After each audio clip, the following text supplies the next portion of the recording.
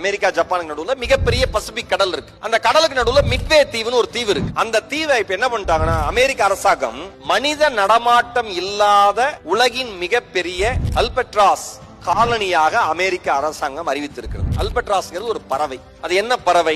ஒரு 1500 ஏக்கர்ல 20 லட்சம் பறவைகள் அங்க வாழ்ந்துட்டு இருக்கு. உலகின் மிக நீளமான சிறகுகள் கொண்ட பறவையில ஒண்ணு. அதனோட 2 சிறகையும் விரிச்சதுன்னா 11 அடி இருக்கும். ஒரு நாயினுடைய எடை அந்த பறவையினுடைய எடை சமமா இருக்கும். அவ்வளவு பெரிய எடையை வச்சுட்டு அவ்வளவு பெரிய இறகு வச்சுட்டு எப்படி பறக்க முடியும் அந்த பறவையினால? அது என்ன தெரியுமா பண்ணும்? மலை மேல ஏறி காத்து வேகமா அடிக்கிறப்ப நம்ம பிளைட் டேக் ஆஃப் ஆகுதுல்ல, ரன்வே போயிட்டு அப்படி டேக் ஆஃப் ஆகுதுல்ல, அதே மாதிரி வேக வேகமா ஓடி போய் கிளைடர் மாதிரி தன்னுடைய இறகை வச்சுக்கிட்டு அப்படியே டேக் ஆஃப் ஆகி பறந்துரும். இதுல ஒரு ஆச்சரியம் என்ன தெரியுமா?